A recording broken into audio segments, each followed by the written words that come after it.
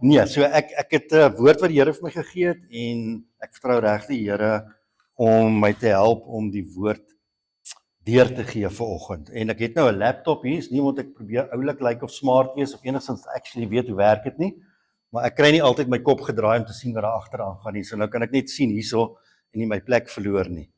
So, kom ons begin deur ons woord oop te maak. Ek wil hê jy moet julle Bybels uithaal vir my.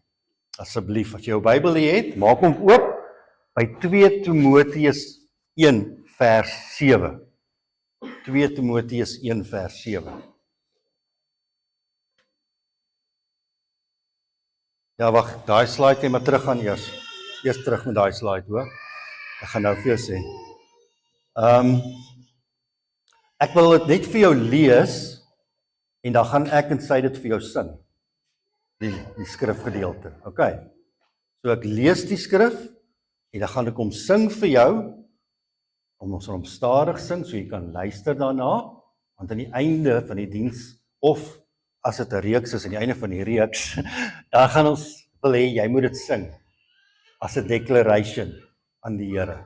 OK. So kom ons kyk gou daarso. 2 Timoteus 1 vers 7.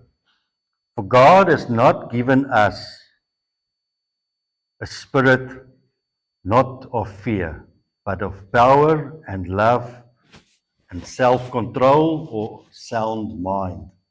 Party vertalings het iets anders in. Nee, julle moet daar agterbly. Julle moet agterbly. Ja? Ek het nie vir julle geroep nie. Weet jy, so party mense in die kerk maak net wat hulle wil. God has not given us a spirit not of fear, but of power and love and a sound mind. Okay. So ons gaan hierdie liedjie vir julle sing. Ek wil hê jy moet luister daarna, want dit gaan nie net oor vers 7 nie, dit gaan oor die res van die paar verse tot by vers 9 ook in die liedjie. So jy kan luister daarna en ek maak jou oë toe. Luister net na die liedjie se woorde en ek wil regtig vra dat die Heilige Gees the meaning of the power, love and sound mind vanoggend vir ons kan verduidelik. Okay, want dit is 'n sleutel daai, 'n sleutel om teen vrees te operate. En ons wil die Here vertrou om vir ons die waarheid oop te sluit. Wat beteken dit? Krag, die sound mind en die liefde. Amen. It's not a song, it's scripture. It's scripture. And that's what we want God to reveal to us this morning. We're going to read the Timothy again, and I just want to give us some background here. 2 Timothy was written the second time Paul was imprisoned. Okay, the first time he was imprisoned, he lived basically in normal conditions, house arrest, people could visit him, things like that. The second time now, he's been arrested. He's in a Roman cell. Nobody's allowed to visit him. Nero is the king, and he's starting to persecute the Christians. So people are afraid, Christians are afraid, they've been killed. Nobody is visiting Paul. He's basically been abandoned by himself, and he's writing this letter to Timothy. Now, who is Timothy? Timothy was a young boy of the age of about 15 to 20 something when Paul basically adopted him. He came to visit his mother and grandmother, and he chose this young man to become his son in the Spirit. And then Timothy started following Paul. And when this letter is written, 2 Timothy, is after the journeys that Paul had through all Asia, and he went and planted the churches in Ephesus and all those places. Ephesus was one of the main churches that Paul planted, and he was actually a pastor there for about 3 years and then left again. And then he sent back Timothy to go pastor the church in Ephesus. But there was a lot of trouble in Ephesus in that church. And at that stage, when he's writing this letter to Timothy, he's referring to Timothy as young.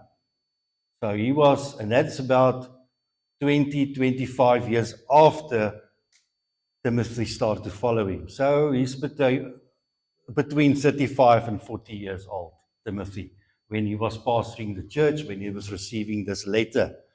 So he was young. He was still young. And he was having a lot of problems in the church in Ephesus because there was a lot of things happening there that he had to address. And Paul could sense this young man was having trouble.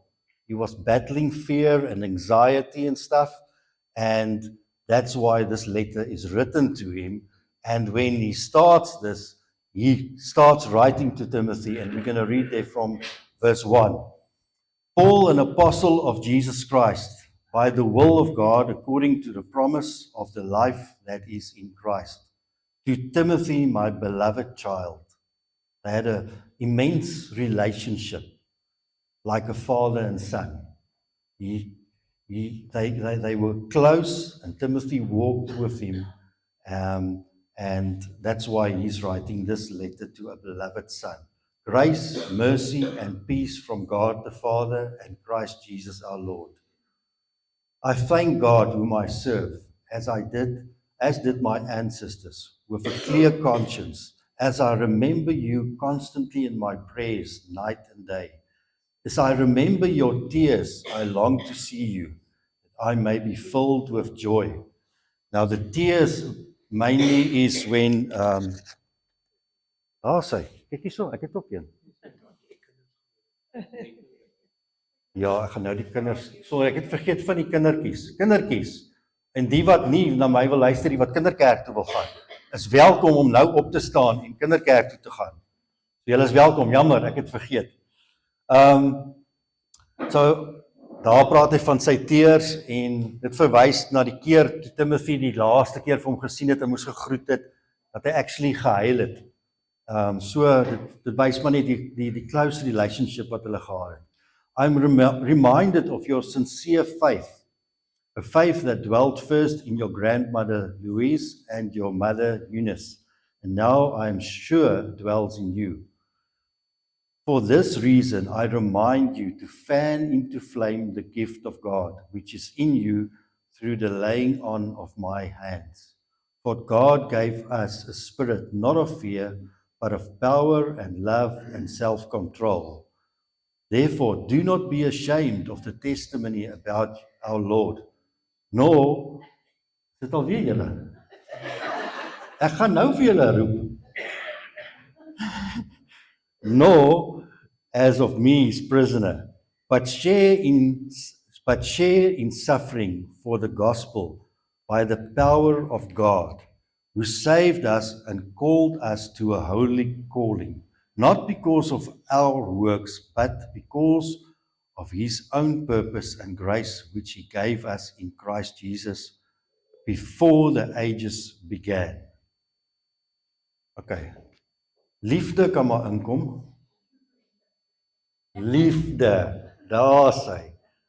Dis liefde. So die skrif praat van liefde en hy praat van krag wat kan inkom. Yes. Krag is hierso. Dankie. En dan praat hy van 'n sound mind. Sound mind. Daar sê. Ons is nou so 'n bietjie grapperig en ons speel dit uit, maar hopelik gaan dit vashak en 'n prentjie maak hier binne in jou kop. Die skrif het die Here vir my 2 jaar terug gegee, 1 Januarie. Nou my vrou, amazing mens, so sy het altyd hierdie weird goeders. So dit kom eintlik van haar af. Weird goed wat sy doen. So ons het nuwejaars 2 jaar terug by mekaar gekom en ons moes 'n skrifgedeelte uitbeeld wat die Here vir jou gee, waarvoor jy hom vertrou vir die jaar.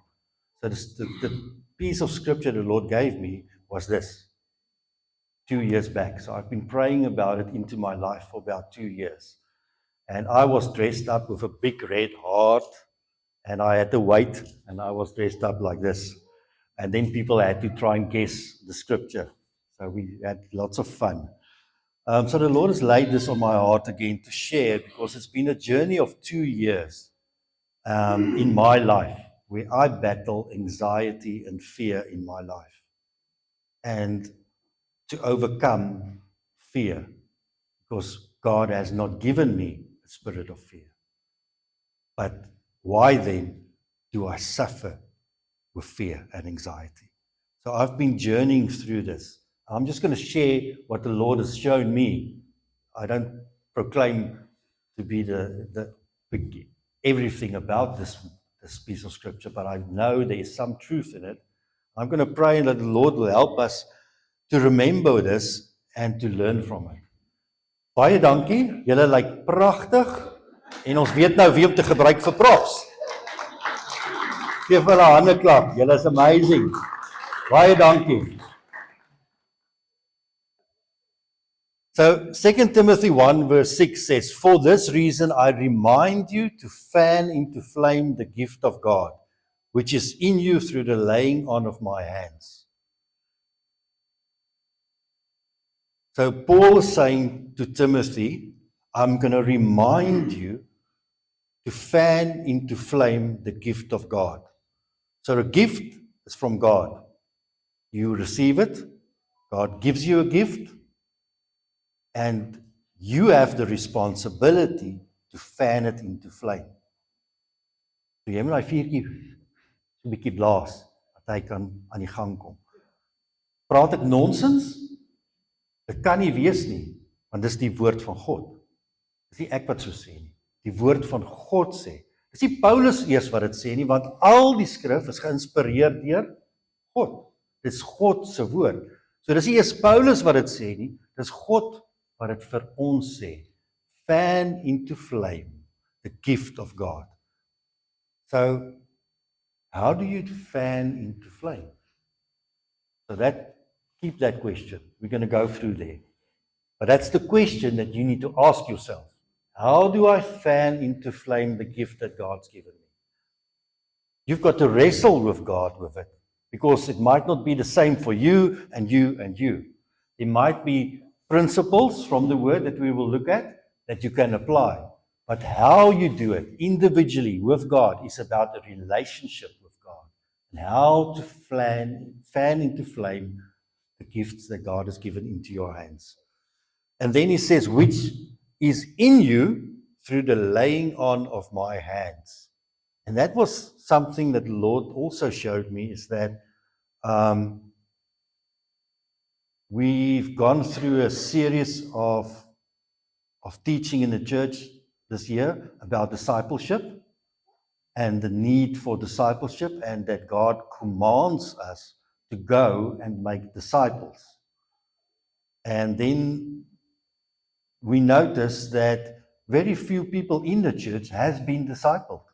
Now we expect them to go and disciple somebody, but they've never been discipled themselves, because discipleship doesn't feature very strongly in churches. It's a command that's not being obeyed by the Church of Christ. So now the Lord challenged me also, and he said, by the laying on of my hands. So there's a responsibility on us to go and be discipled by somebody also. The same responsibility that you have to go and make disciples, you have a responsibility to allow yourself to be discipled by somebody. So you can actually, instead of waiting for somebody to come and disciple you, be proactive and say, Lord, show me who is there in my sphere of influence, in my going around with other Christians, that is able to disciple me. And I can go to him and say, I would like to be discipled. Are you willing to spend time with me? That's a responsibility that you have. Instead of waiting for somebody to disciple you, to go and say, I want to be discipled. And that's the laying through the laying on of my hands, you've been discipled, Timothy. You've received. Through me, you've received from the Lord. I was just a vessel that God used to disciple you.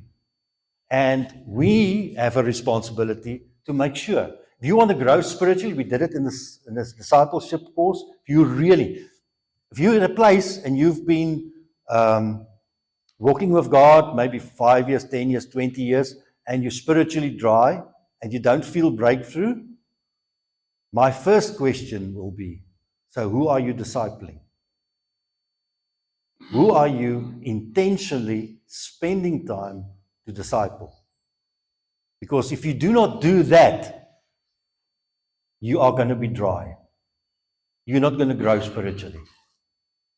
The best place to grow is to be involved in somebody's life, to walk with them. They ask you questions and you do not know the answer. That's the best place to be. That's the best place. To be in a place where somebody comes to you and say, Bartie, you know, yes, ek verstaan nie hierso nie man. Kan 'n Christen 'n demoon hê? Huh? Ek weet nie. Verstaan? Nou moet ek uitvind. So wat gebeur met my? I'm growing. I'm being challenged in areas that I haven't thought of. And now I'm growing. So God wants us to be under the discipleship of other people. And it's your responsibility to do that. Because God Himself gave us a spirit. True? What spirit did He give us? The Holy Spirit. The Holy Spirit. And it's not of fear, but of power and love and a sound mind or self-control. Want God het ons nie 'n gees van vreesagtigheid gegee nie, maar van krag en liefde en selfbeheersing. Nou Bartu Kasselman had grown up with anxiety since a small boy. So he had brain patterns and things about fear and anxiety that he carried with him, and it became a way of living. And I tolerated it, and I got used to it, and it became norm to worry and be concerned about things. And the enemy loved it, and he could just throw oil onto the fire the whole time. Until I got to a place 2 years ago where I was full. Ek gaan nie die Afrikaanse woord gebruik nie, maar I was full. I say, enough is enough. This is not from God. Fear is not from God. But I had to come to the place to say, it's enough. I had enough. I cannot continue like this. I do not want to continue like this. So then I started looking at what it means to have power, love, and a sound mind. But the key for you, if you are sitting here today and you're living in fear and anxiety, is to remember and to first say, am I at the place where I had enough of fear? Am I in a place where I don't want to tolerate it anymore in my life? And I'm willing to fight for it. Because it's a spiritual fight. It's a spiritual fight. And you cannot do it. And we're going to talk about power now. The power that you receive is not your own power. Okay. If you go to Acts 1 verse 8. But you will receive power when the Holy Spirit has come upon you. Julle sal krag ontvang wanneer die Heilige Gees oor julle kom. Nou wie van julle wat hier sit is kinders van die Here? Okay? Toe jy kind van God geword het, toe daar iets binne in jou kom bly. Wat was dit? Die Heilige Gees. Okay. So die Heilige Gees het jy ontvang die dag toe jy God aangeneem het. The Holy Spirit is also called the seal. The seal. It's like a stamp of approval. Okay? So if you have the Holy Spirit, then you have received the seal of the Holy Spirit. That means you belong to God. Repent and you shall receive the gift of the Holy Spirit. So when you decided, I'm going to give my life to God, you've repented, said, Lord, I'm a sinner. I deserve to go to hell. Nothing I do can save myself. I recognize you as Lord and Savior, and Jesus had died on the cross, paid the price, and I'm willing to take up my cross, lay down my life, and become a follower of Jesus. And by doing that and believing in Jesus, you've received the Holy Spirit, and you are now a child of God. You've been sealed, you've got a stamp of approval, you've been declared righteous before God. And because you are sons, God has sent forth His Spirit of His Son into your hearts. That's the promise in Galatians 4 verse 6. En omdat julle kinders is, het God die gees van sy seun in ons harte gestuur. Alle skrif daai wat God vir ons gee. And if anyone does not have the Spirit of Christ, then he's not part of the family. If you do not have the Spirit, then you are not a child of God. If you have the Spirit, that's the evidence, that's the seal, that's the approval, that's the guarantee that we are children of God, is that we've received the Holy Spirit. Now, receiving the Holy Spirit and walking in the Holy Spirit is two different things. Okay, so that's where I want us to have a look at. And it's very important that we look at it and understand what it means. Every believer has received the Holy Spirit. So that's a given. We're not going to even talk about it. We know that it's true, and that is non-negotiable. Receiving the Holy Spirit is your identity in Christ. It's your identity. It's your stamp of approval. It's saying, I am now a child of God. So when God looks at you, He sees the Spirit of God inside. The Spirit of Jesus is inside of you. The Holy Spirit's there. He knows you belong to me. Every true believer has the Holy Spirit and is indwelling into you. So there's no debate about it. It is your identity. Walking in the power is a function. It's a function. Not every true believer walks in the power. Not every believer walks constantly in the power. Sometimes you can find yourself in seasons or in events or in situations where you're walking in the flesh and not in the power. Now, Andrew Murray se storie, almal ken dit nou al, van Andrew Murray. Hy stap daarso in Wellington in die straat, in die hoofstraat, en hy gaan oor die straat, en die volgende oomblik dan gaan staan hy stil en hy vries. Die mense sien, hy staan stil in die middel van die pad. Dit is nou gevaarlik. Dominee, wat's fout? En hulle vra hom, hy sê, I just lost the presence of the Holy Spirit. I'm just waiting for it. And then I'll go. I'm not going to take another step until I've sorted this out. And then I'll go. So sensitive was he to the presence of the Holy Spirit that he wasn't prepared to say, I'm going to take another step forward until I've sorted this out in my heart. We have grown accustomed to a way of Christianity and living, and we seldom realize that the Holy Spirit is not there. We actually don't even, ons kom eens agter, hy is nie eens meer hier nie. We've grown cold, lukewarm to the presence of the Holy Spirit in our own lives. I have. And when I started journeying with this, I realized that's why I suffer from anxiety and fear. Because I haven't fanned the flame of the Holy Spirit in my life. I haven't sat down and said, Bartu, are you still walking with the Holy Spirit? Are you still allowing the Holy Spirit to live and reign in your thoughts first? Or are you just everywhere, going with your thoughts? And that's why I had to put the Bible on top of my head.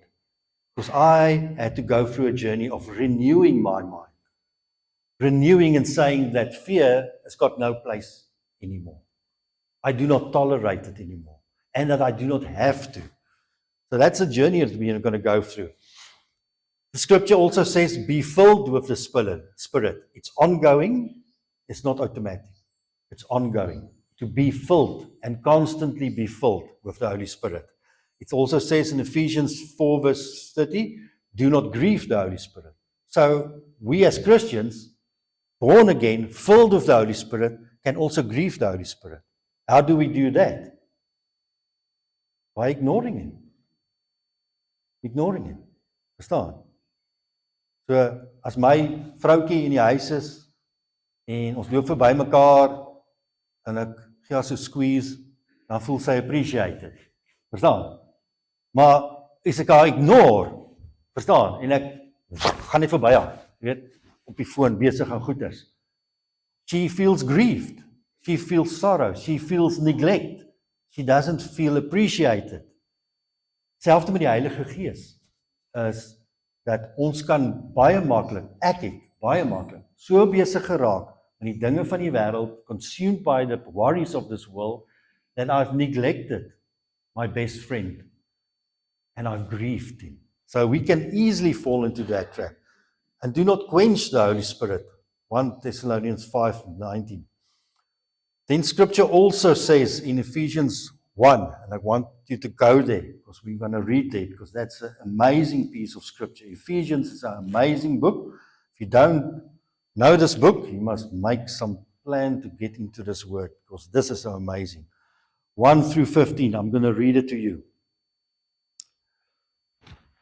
So we're going to spend some time in the word and sal die tyd dophou en jy kan my gooi met iets as dit te lank raak. But like I said, I don't think we're going to get through everything. Because it's important to understand where this power is coming from and how this works. Again, Paul is writing here and he says, Apostle of Jesus Christ by the will of God, to the saints who are in Ephesus again, he's writing to them again, and saying they are faithful in Christ Jesus. Grace to you and peace from God our Father and the Lord Jesus Christ. Blessed be the God and Father of our Lord Jesus Christ, who has blessed us in Christ with every spiritual blessing in heavenly places.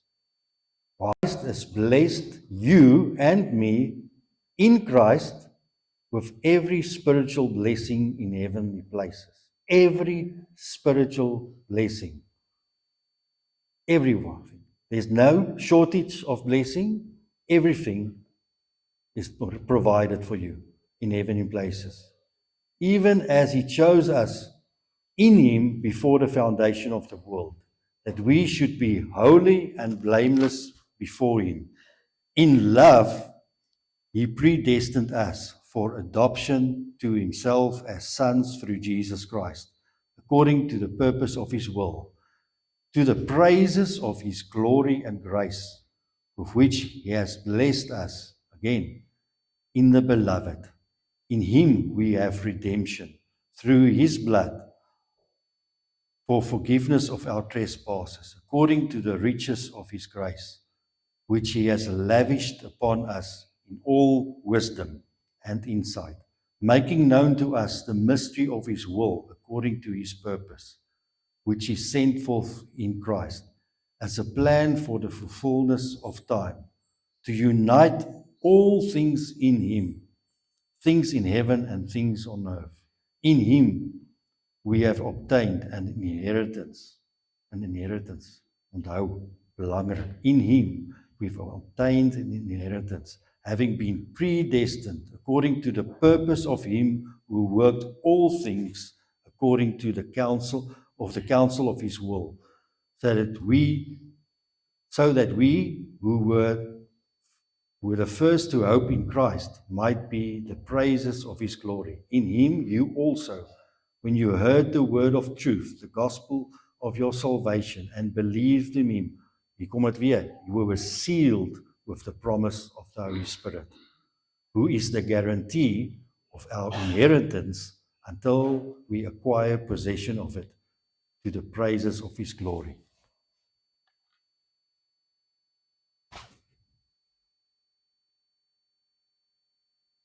Efesiërs 2 vers 6, ek net om ook gou lees vir julle. And we were raised up with Him and seated us with Him in heavenly places in Christ Jesus. So, waar is Jesus nou? Where is He now?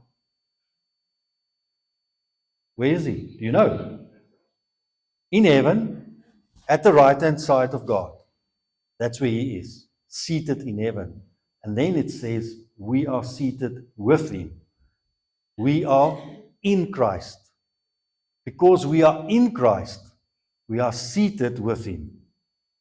And the word says, God gave him that seat of honor, and all authority on heaven and earth was given to Jesus. He's got all authority on heaven and earth. Now, if I am in Christ, what does that mean? I share in that authority. I am not the authority. I am not the authority. But in Christ, I share in his authority. He wants to live in me. This is the temple of God. And he wants to work through me, live through me. And by his authority that's living in me, I am partaking in that authority. It is our position in Christ, our spiritual position, that is going to set us free from fear. That was what happened to me. It dawned on me that I am seated with Christ. His authority in me can overcome fear and anxiety. I can battle that. I don't have to battle it. I can live from a place of victory. Because Christ already got victory. He's sitting at the throne. He's living victory. We're not praying for victory. We are exercising the victory. We are not conquerors. We are more than conquerors. What does that mean? It means that, Rian, kom gou man. Kom gou. Kom pick a fight met my. Huh? Kom. Maar kom slaan terug man. Verstaan? Maar nou tik ek hom. Nou gaan hy my slaan, maar hy's sterk hoor. So nou spring hierdie ou gou op en dan slat hy vir hom plat. En dan kom ek en dan smile ek, lekker. Verstaan? I am more than a conqueror. Ek het nie eers 'n hou geslaan nie. Dit is soos wanneer jy 'n ouer boetie het in die skool. Die jonger boetie kom in die fight en die groter boetie kom finish die fight en die jong boetie loop daar rond lekker. Asof hy die mynperd is van die kerk. Ag van die kerk van die skool. Verstaan? Ja, ons het miskien daai stories. Die van julle wat boeties het, weet mos hoe werk dit. Ouer boetie moet die fight gaan fight en dan younger boetie red. That's what Jesus did. We had a fight with the devil that wanted to kill and destroy us. And Jesus came because we could not win that fight. And he fought the fight. He won it. He's the victory. And we're getting the benefits. We haven't done anything. We are more than conquerors. So that gives us the privilege of being a child of God, is that we've got an inheritance from him that we can live by in victory with Christ. So when you sit, and when Bartu now wakes up in the morning at 2 o'clock or 3 o'clock, and is facing giants, I'm just being real. So I've got giants that I'm facing. I wake up in the morning and fear is sitting on my bed waiting for me. He's waiting for me. Remember, the devil is like a prowling lion circling around you the whole time. He's never going to give up. He's never going to give up. So when Bartu, let me just be personal, when Bartu wakes up and he opens his eyes, the lion of fear is already staring right into my eyes. I am flesh and bone. I see fear. It comes to me and I feel the effect of fear and anxiety. But now I've written this song for myself. God has not given me a spirit of fear, but of love, power, and a sound mind. And then I start singing my song. Not my song, I sing the word of God, the words God spoke. And I start listening to the words. And I start believing those words. And I say to Satan, in the name of Jesus, go away from me. Did it work the first time? Yeah, it did. The second time, third time? Yeah. The third, fourth, fifth time? Not always that well. It is a journey. And that's why you have to make your muscle grow stronger. Your spiritual muscle must grow, grow, grow. Fan the flame. Fan the flame. Raak gatvol. Raak moeg. Get tired of fear. Get tired of the enemy coming around. Get tired of stealing your joy, stealing your peace. It's been a journey of 2 years. And I'll be bold enough, you can go speak to my family and to Tom and ask them if there was change in these 2 years. I'm confident in Christ there was change. There was times where things really fell apart. And I could say, like James, I counted all joy. This is awesome. This is great. I have a trial waiting for me. I'm being tested. I'm being tried. I'm being put into the furnace. It's amazing. What a privilege to be in the furnace. Because God loves me and He's busy working in me. To do what? To make me complete and perfect and lacking nothing. James 1. That's His promise. So, we have power. We have a position of authority. We've got access to God. We've got our identity in Christ. We do not have to perform. You do not have to perform. What Gerard altyd sê, brilliant, the thing that I've learned the most from Gerard, I'll never forget it. Stay in your lane. Stay in your lane. Focus on Jesus. Just focus on Jesus. It's not about him, it's not about her. It doesn't what the church is saying, that you do what God wants you to do. Stay with him. Andrew Murray, his eyes were on Jesus, walking over the road, the presence of God. And for some reason, we don't know why, at some stage he lost the presence of God and he was not prepared to walk another step forward. So same with us, fan the flame. It's a position that we have. Sorry, ek net gou vinnig hier kyk, hier's 'n nota wat ek gemaak het wat ek dink ek mis.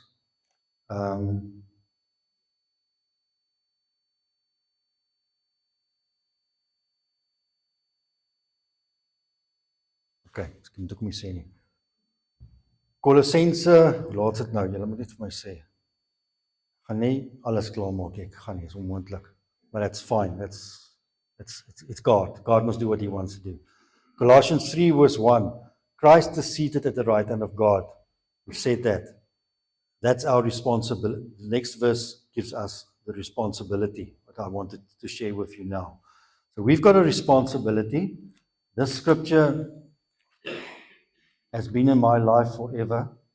Me and Lundy, when we got engaged, it was the scripture the Lord gave us. Amazing peace. For this reason, I bow my knee before the Father, from whom every family in heaven and earth is named, that according to the riches of his glory, he may grant me to be strengthened with power through his Spirit in your inner being, so that Christ may dwell in your hearts through faith, that you, being rooted and grounded in love, may have strength to comprehend with all the saints what is the breadth and the depth and the height and the depth, and to know the love of Christ that surpasses knowledge, that you may be filled with all the fullness of God. Now to him who is able to do far more abundantly than all that we ask or think, according to the power at work within us. To him be glory in the church, in Christ Jesus, throughout all generations, forever and ever and ever and ever. Glory to God. We are created for a purpose, to glorify God. Whatever your mandate is, whether you're a teacher, whether you're a businessman, whether you are selling insurance, your main purpose is to glorify God in what you do and the way you do it. Not just what you do, the way you do it.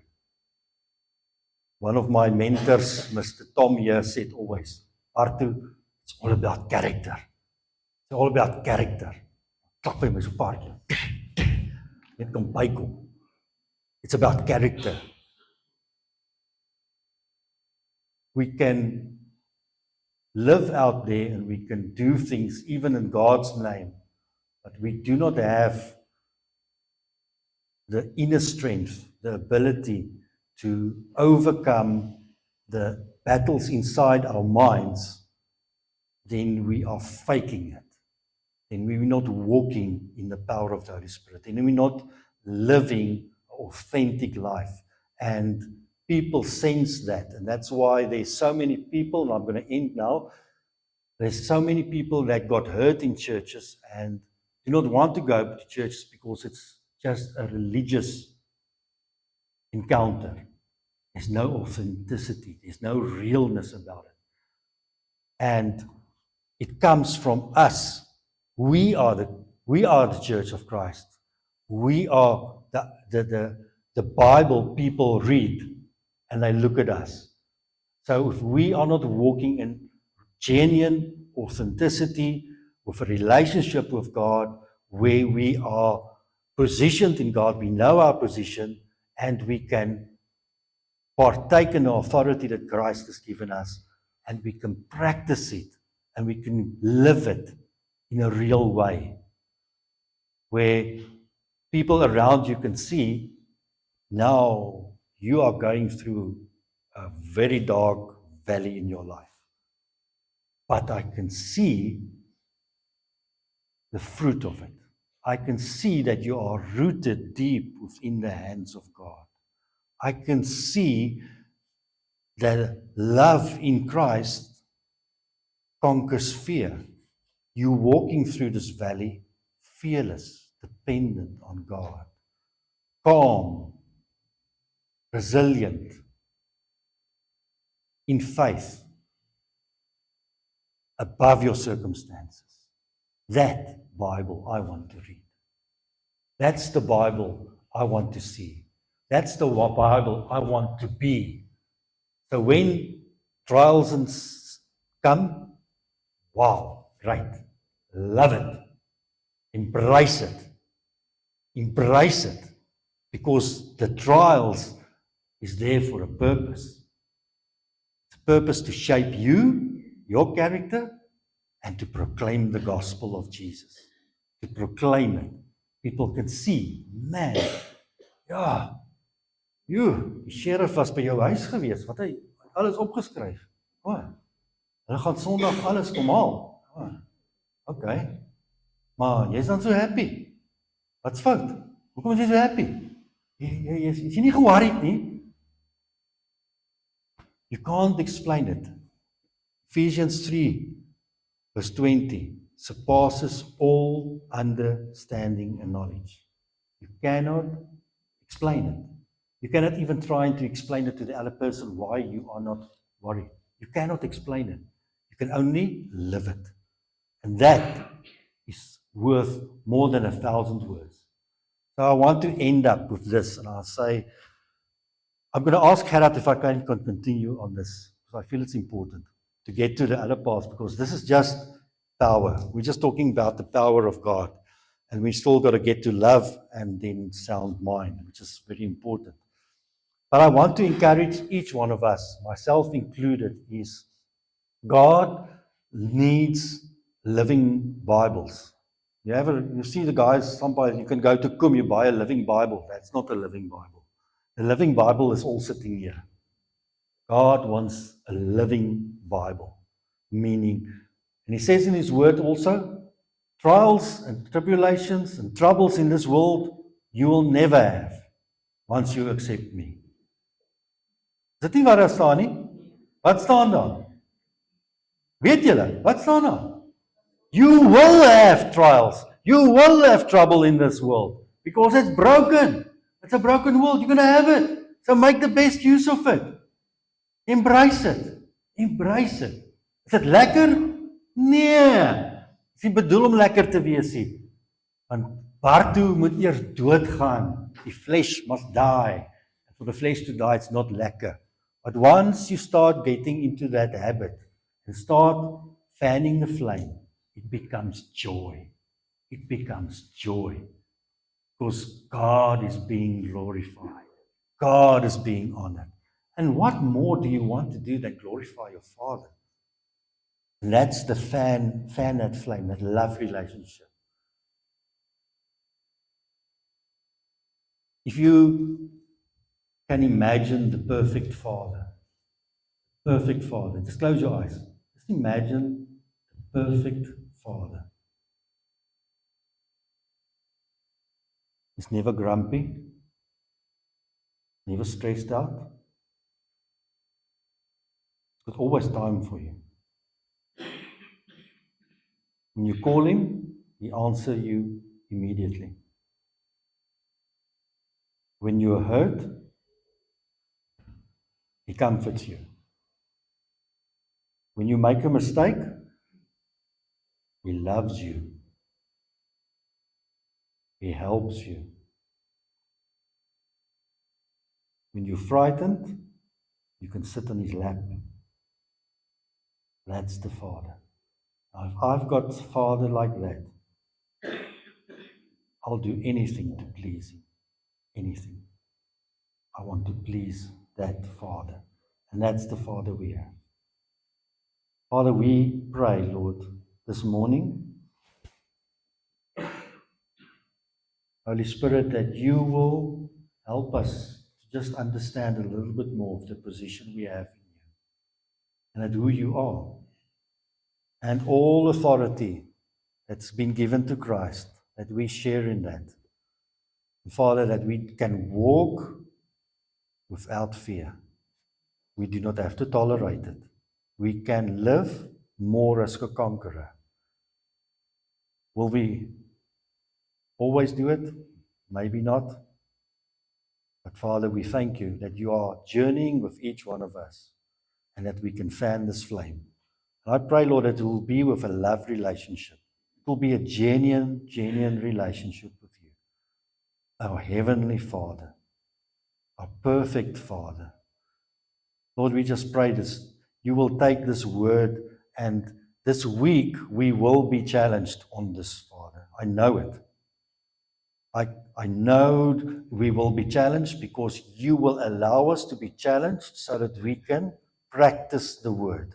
So we can practice to make it our own and that we can apply the truth in our lives. So I pray, Holy Spirit, that you will cement this into our minds, Father, that our spirit is not a spirit of fear, but of love and power and a sound mind.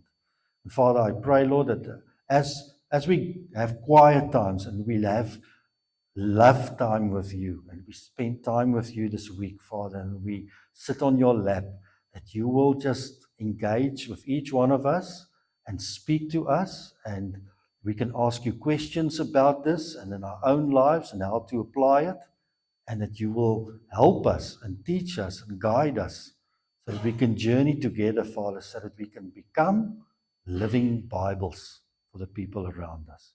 Thank you for your word. Thank you for your precious word, Father, that sets us free. Your truth sets us free forever. Truly free, Father. We do not have to bow our knee to fear. We thank you for that in Jesus' name. Amen.